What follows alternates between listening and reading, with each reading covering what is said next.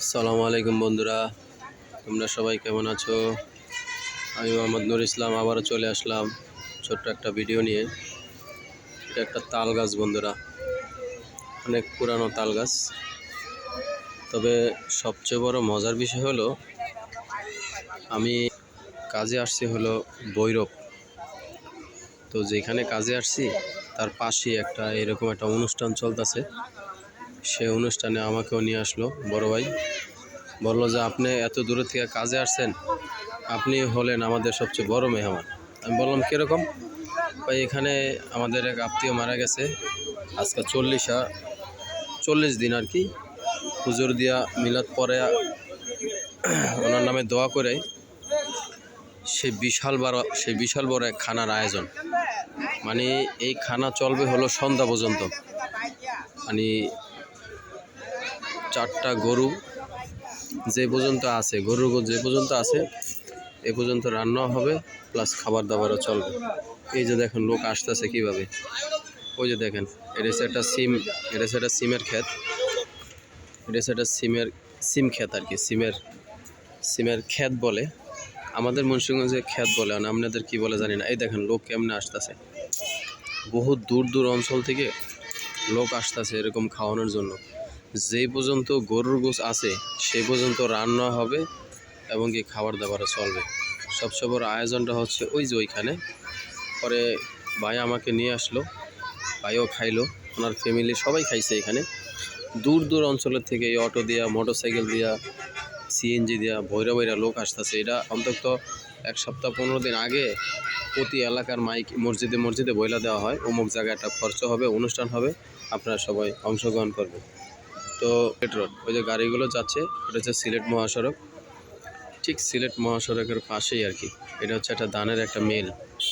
এখানে কাঁচা ধান কিনে এখানে মজুত করে, এখানেই সিদ্ধ করে, আবার এইখানেই চাল খুব বস্তা করে, আবার এইখান থেকে বস্তা বাজারে চাউল বিক্রি হয়। সে বড় একটা,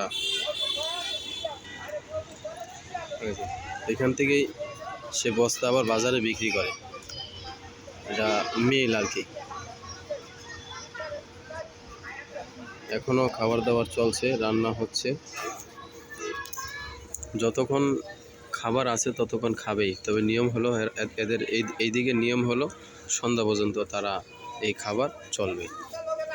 এই যে লোক আসতেছে আবার খেয়ে যাচ্ছে, এরকম অভাব নাই লোক। ওই যে মোটরসাইকেল দিয়ে আসতেছে, দেখেন মোটরসাইকেল দিয়ে ইয়ং লোকরা আসতেছে। আমি তো অবাক হয়ে গেলাম যে হেই ভাই, আমি তো এখানকার লোক না, আমি খামো, আমার তো লজ্জা লাগতেছে। উনি বলে যে ভাই কী কন, আমাদের এখানে ধনী আর গরিব নাই, শিল্পপতি নাই, সব এই টেবিলে বসে একসাথে খাবে।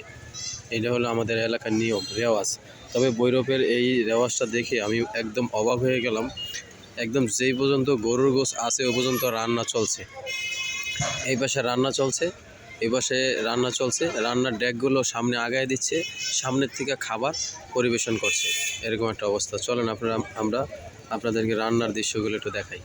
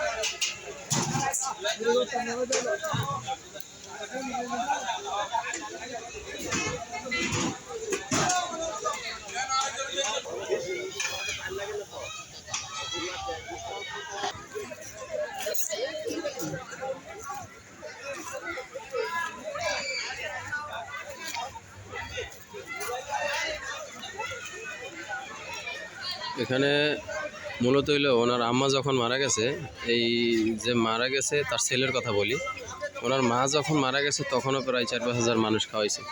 কিন্তু এখন যে ওনার বাবা মারা গেছে এইখানেও 5 হাজার মানুষ খাওয়াবে। কিন্তু এখানে যতক্ষণ গরুর গোছ আছে ততক্ষণ রান্না হবে। অলরেডি এখনও রান্না হইতেছে, খাবার দাবার চলছে। ফিউজ নিয়ে লাগাই দেয়।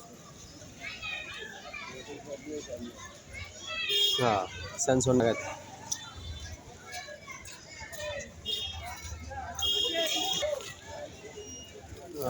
ডাইরেক্ট করে দিবেন।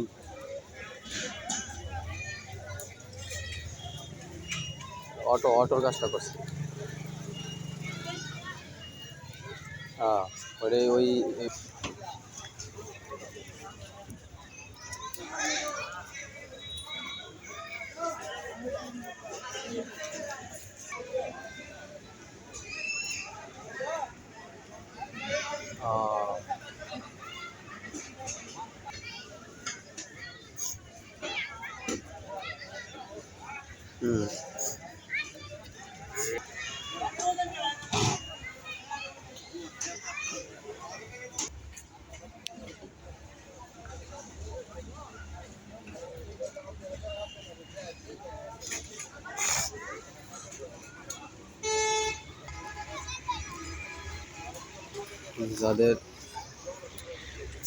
যাদের খাওয়া শেষ তারা চলে যাচ্ছে। মূলত বন্ধুরা যে কথাটা বলতে চাইছিলাম, এখানে মারা গেছে এক মুরব্বী, যে মুরব্বী মারা গেছে তার ছেলে আর কি খরচটা করতেছে। তার মা যখন মারা গেছে আগে ফার্স্ট, তখনও ঠিক এরকম 4,000-5,000 লোক খাওয়াইছে একদম সন্ধ্যা পর্যন্ত। এখন যে ওনার বাবা মারা গেছে আজকে 40 দিন, আজকে একেবারে সন্ধ্যা পর্যন্ত খাওয়াবে, যে পর্যন্ত খাবার আছে। তো বন্ধুরা আসলে একটা অবাক হয়ে গেলাম যে গ্রামে এত সুন্দর একটা সিস্টেম করে যে তারা খাওয়ায়। আমি বর্তমান আছি বন্ধুরা ভৈরবে অবস্থান করতেছি। এখানে একটু কাজে আসছি, যেখানে তার পাশেই ওই ভাই আমাকে নিয়ে আসলো। তো ওই ভাইও খাইলো, তার ফ্যামিলি সবাই খাইছে, আমিও ওনাদের সাথে এখানে খেলাম। বন্ধুরা ভৈরব থেকে এই অসাধারণ একটা ভিডিও নিয়ে তোমাদের মাঝে উপস্থিত হয়েছি। অবশ্যই ভিডিওটা দেখে জানাবে ভিডিওটা কেমন হলো, আর এই ধরনের প্রতিভা কীরকম হলো অবশ্যই তোমরা কমেন্টে জানাবে। বন্ধুরা আমি মোহাম্মদ নুর ইসলাম ভৈরব থেকে, আজকের ভিডিওটা এখানেই। আল্লাহ হাফেজ।